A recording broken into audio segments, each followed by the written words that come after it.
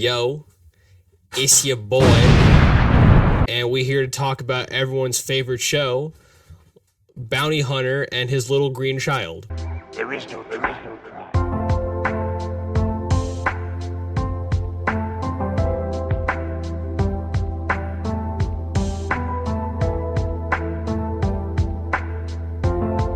What's up, guys? It is Joseph Torres back again, and here we are going to be talking about episode 5 of The Mandalorian. I just watched episode 5 of The Mandalorian, and I'm about to give you my thoughts on it. So, much like episode 4, this was another filler episode, if I'm being honest, which it wasn't a bad episode. I definitely enjoyed watching it, but if I'm being honest, much like episode 4, it was another filler episode. This one starts off with the Mandalorian being chased in space by another bounty hunter, as we found out in the last episode, that the guild are still after both the Mandalorian and the child, and I really liked this space sequence. It reminded me of the older original trilogy Star Wars films in that it didn't look so like a CGI fight. It looked like they took actual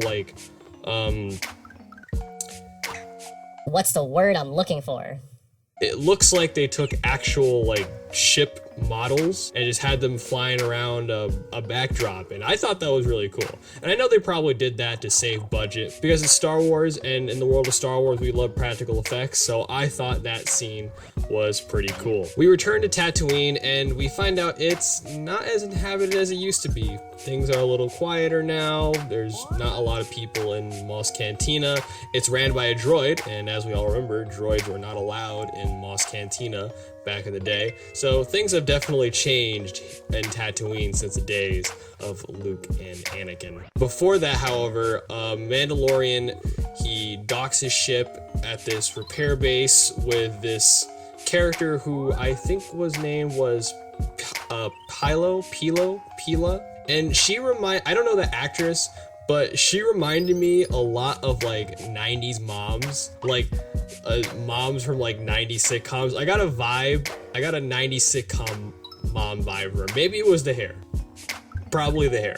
He leaves the child behind with the repair lady. This is something I think people definitely like, for those out there who we're getting a little tired of all the Baby Yoda stuff. This episode is definitely Baby Yoda-less because it's more or less about the Mandalorian and about bounty hunters, which is something that I think people will like, for those who felt like we were getting a little too much Baby Yoda in the last episode. This episode was written and directed by Dave Filoni, and it definitely feels that way because there's all these references and callbacks to previous Star Wars movies. Obviously, we're going to Tatooine. They do make a high ground joke. They do make a high ground joke, and I thought it was pretty clever. And the main point of the plot is that the Mandalorian, while at the Mos Eisley Cantina bar, I can't believe I was able to say all of that, he runs into an inexperienced greenhorn bounty hunter who's looking to get into the guild, and to do that he is tracking down the toughest, meanest, baddest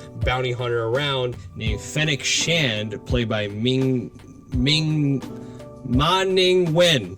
I said that wrong, but according to the Mandalorian, she's pretty bad news. She's killed dozens of people. She's done work with Jabba the Hutt, or at least that's who I think he's referring to. I think he either said the Hutts or the Hutt, but I'm pretty sure he was referencing Jabba the Hutt. Mandalorian and Toro, who I just remembered his name, the young bounty hunter's name is Toro, they go on their search to find Shad. They eventually find Shad. However, when they meet Shad, she's got them pinned down, and she's pretty good with a sniper rifle. She's got that good kill streak meter in Call of Duty and whatnot. The Mandalorian and Toro decide to wait a little bit, and that's when they go for Shad. They get the jump on her, and they're able to capture Shad. Mandalorian tells Toro to wait here, as he's gonna go get some stuff, and then they can take her in. Shad, however, tries to trick Toro and inform him that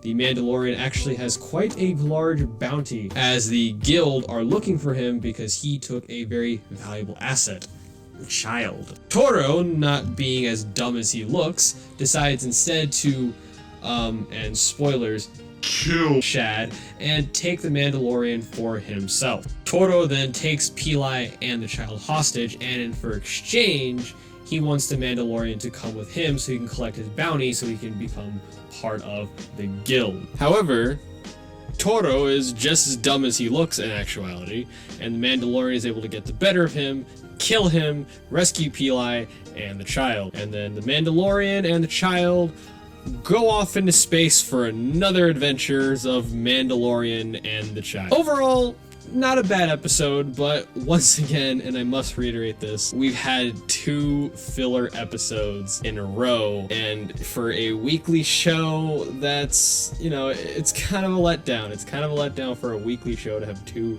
filler episodes, especially considering that we only have 3 episodes left of The Mandalorian, and I'm hoping these next 3 episodes we finally get the plot moving forward. It seems like we will, because the last couple minutes of this episode show Shan's dead body, and someone walks over it. It might be Cara Dune, it might be a new character we haven't been introduced to yet, but hopefully by episode 6, hopefully we find out who that is and we can finally get this plot moving forward. But overall, not a bad episode of The Mandalorian. Guys, thank you for watching this. You can like, comment, subscribe, and if you choose to subscribe, you can also hit the notification bell so that way you guys know when I upload a new video. I'm Joseph Torres, aka Reanimate Existence, and I am signing out.